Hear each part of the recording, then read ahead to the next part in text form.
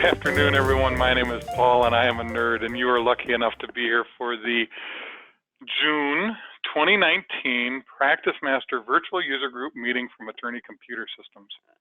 I just asked everybody if they were ready, and all I got was yawns, so I made them say it again, just like at a rock and roll show. So we are ready to go and talk today about two new enhancements to PracticeMaster that just came out. The ability to move fees and the ability to replicate fees, all from within PracticeMaster. Mary Jo is going to talk about moving. I'm going to talk about replicating. And so now, without further ado, I'm going to press all the right buttons. And I'm not going to make fun of Mary Jo for not having asked to share the keyboard and mouse, because I already did. Instead, I am going to make fun of myself for having forgotten to come in here ahead of time and get into the NFR copy of STI software and get into PracticeMaster. So I'm going to simply, talk about how silly I am to have forgotten that while I get us in there. There we go, Mary Jo. Take it away. Tell us about moving fees. Okay. So before, we were not able to move fees from one client matter to another if we typed it in wrong. We'd have to have somebody, probably an administrator, somebody has access to do that in tabs to transfer those transactions to another matter.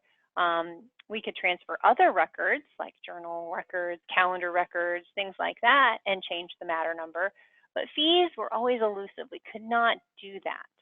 But now, with the latest release of PracticeMaster, we can do that. So I'm going to take us into a fee. So let's see if we can find a client here that has a fee. And we will get that up here. It's being a little slow. So let's go into one of these, Michael. Up this way.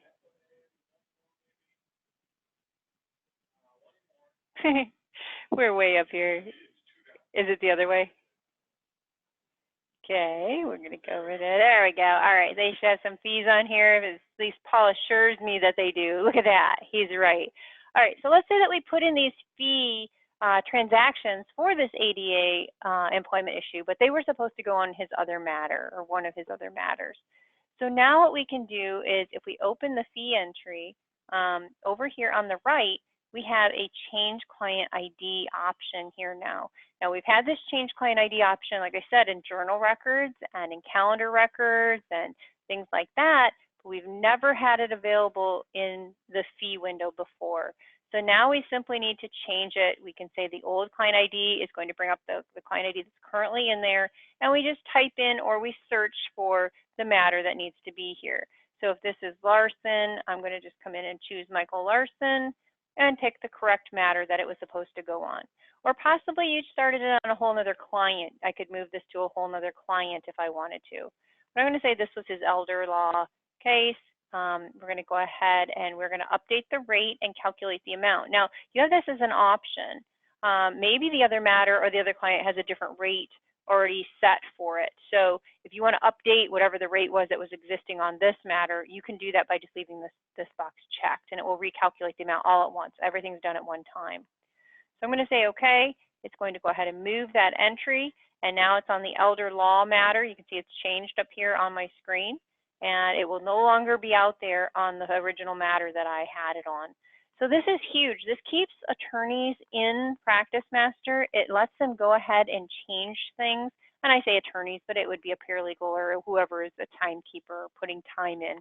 It allows everybody to be able to change that client ID if they enter it mistakenly.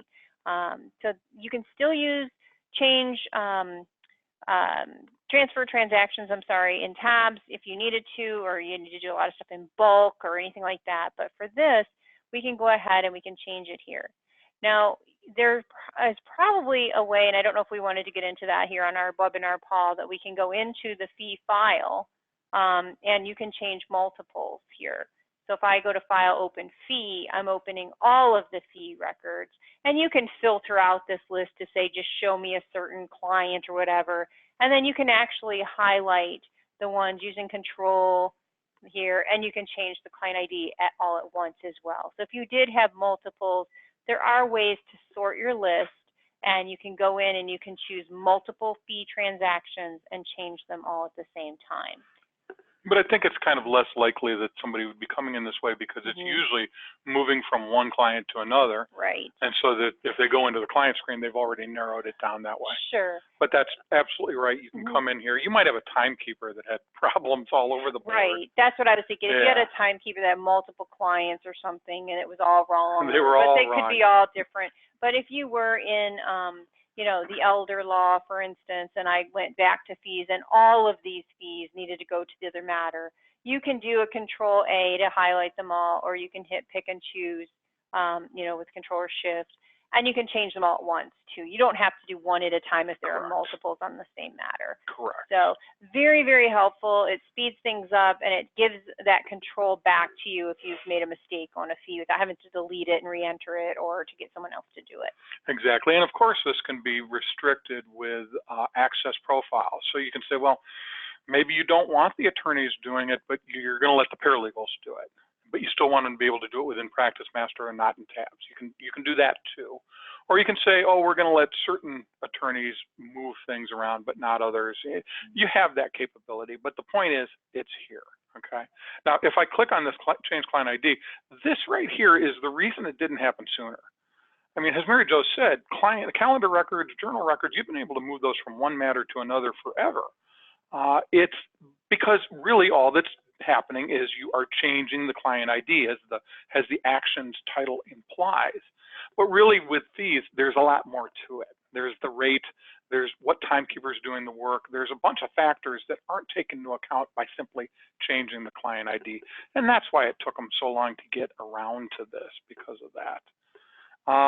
Now mine is pretty much the same thing. I'm not talking about moving, but I'm talking about replicating. So let's say that you wanted to, you had really spent 6/10 of an hour doing this email, but you're going to split it up among 3 different matters for the same client, let's say, as my use case. All I need to do is go in here and choose replicate, and I didn't even have to be in there. And it simply asks me, who do we want to replicate it to? Now it's on 100.02, so I'm going to move this back to the other, replicate it to the other Michael Larson issue, the ADA employment issue, and update the rate and then calculate amount. And basically it just replicates, it creates a new entry. So we've had this request for a long time. It's something that if people could, I think this happens a lot in insurance defense work, where you may be reporting to, let's say, an adjuster on 7 different matters. And so you spend, let's say 7, for sake of ease of calculation, 7/10 of an hour writing this long email about these 7 different matters, and then you're just going to split it up. So you'd bill 1/10 of a matter and then replicate to the next matter and replicate to the next and replicate to the next. And when you're done, very easily you've cloned it 6 times and you've got that there.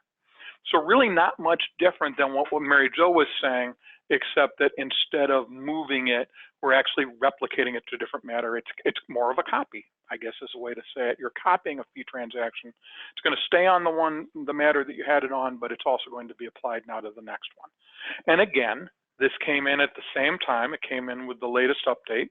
Well, maybe not the latest dot update, but it came in with version 19. And the reason that it was done at the same time is because it has the same implications. You've got to take the timekeeper and the rate that's appropriate to that matter that you're transferring to, that you're replicating to, into account, or else you could run into a lot of problems. And so that's that. Next month in July, we are going to be talking about the new enhancements to the alarm notification window. And if you can believe it, Mary Jo's going to take that topic. I know you're all thinking that I'm the alarm guy, but Mary Jo's taking that topic. We're kind of stepping out of the box here. And I am going to talk about some enhancements to the data file integrity check that were made in PracticeMaster. So that's that. That's what we'll be talking about next month. If you ever want to know what we're talking about in a given month, you can just go to our website, which is attorneycomputersystems.com. It's going to make me, oh, we have a question. Patty says we have a question. What do you got, Patty? Okay, Kelly would like to know, do the phase tasks and activity code fields replicate as well. They do not show on this demonstration.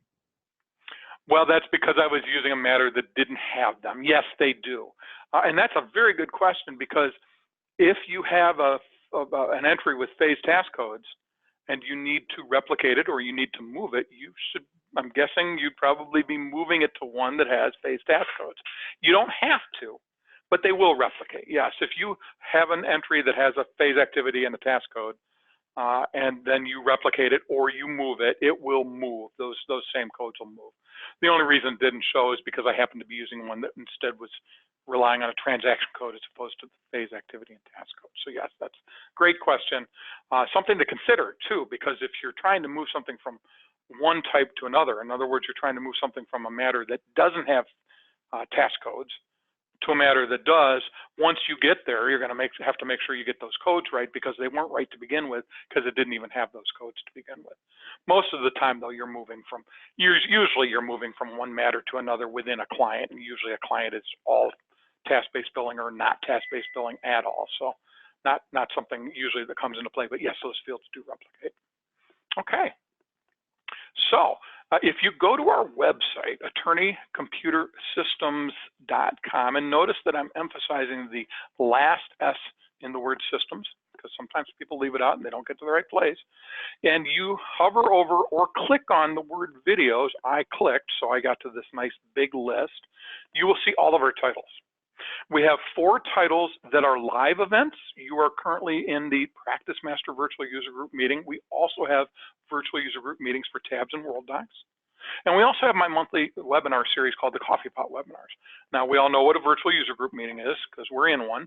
The Coffee Pot Webinars, I invite somebody from a company that has a product that adds value or enhances one of our core products, tabs, PracticeMaster, or World Docs. And I invite them in for 20, 30 minutes to talk about themselves, their company, their product, demonstrate it, talk about pricing, so that we can get a good picture of what else is out there to help us further enhance the value of our tabs or PracticeMaster or World Docs installation. These are all live events, and we'll go in to look at what that looks like in a second. We also have 2 pre-recorded titles. Mary Jo has her eBytes video series where she takes 3 things each month, again, 1 from tabs, 1 from PracticeMaster, 1 from World Docs. And these are things that we think are really cool that you need to know about, but that we can explain very quickly, or should I say that Mary Jo can explain very quickly. Usually these are 2 or 3 minutes long, and it's something really neat, but very succinct and very easy to explain. For those things that take a little longer to explain, or perhaps a deeper dive, or maybe have a broader range of things to be discussed, we have the Paul and Mary Jo Show, where either I or Mary Jo will take a topic and spend 10 or 15 or sometimes even 20 minutes going into the real deep dive in what is involved in whatever it is that we happen to be talking about that month. Again, we spread it out between tabs, PracticeMaster, and World Docs, but we do only record one of these every month. If you click into any of these more infos, and I'll go into one that's a live event, I'll go into PracticeMaster, you will be taken to a screen where you can see what the title of that particular titled video series is, a description of the series itself.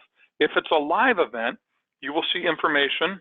In a minute, this will change, but you will see information about what's coming in the next event, a description of the title of the topics. Then we have the 4 fields that you need to fill out. We don't have links anymore. You don't follow a link to fill out a registration form. You just fill out the fields here and hit submit or register, and you're done. Watch for the email. We can resend the email, but we can't give you the link because it's generated by Zoom. So watch for that email. Make sure it doesn't go into your spam or your junk folder. If you don't get it, let us know right away, because it does take us a few minutes to get into Zoom and regenerate that email for you, and we do want to make sure you can attend. And then as you scroll down, what you'll find is the recorded versions of every other live event that we've had, or if it happens to be one of our pre-recorded titles, that's all you'll find there.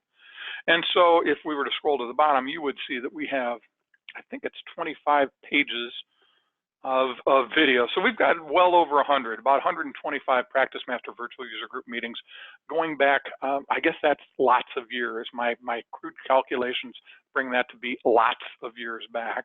So we've been doing this for a long time. We have somewhere between 800 and 900 videos on our site, and they're all there for you. You can also click this search button, this magnifying glass, and type in keywords and find things that way. So you're either a browser or you're a searcher, but whichever you are, we've got a way for you to get to the content that you want to see, as long as we have it. And these videos, they're available 24 hours a day, 7 days a week, and 365 days a year, except for, wait for it, leap year, 366 days a year. And we don't charge anything extra for that year. So it's really, really quite the bargain. That's it. Please have a good rest of the day, good rest of the month, and we will see you in July. Thanks, everybody. Bye-bye.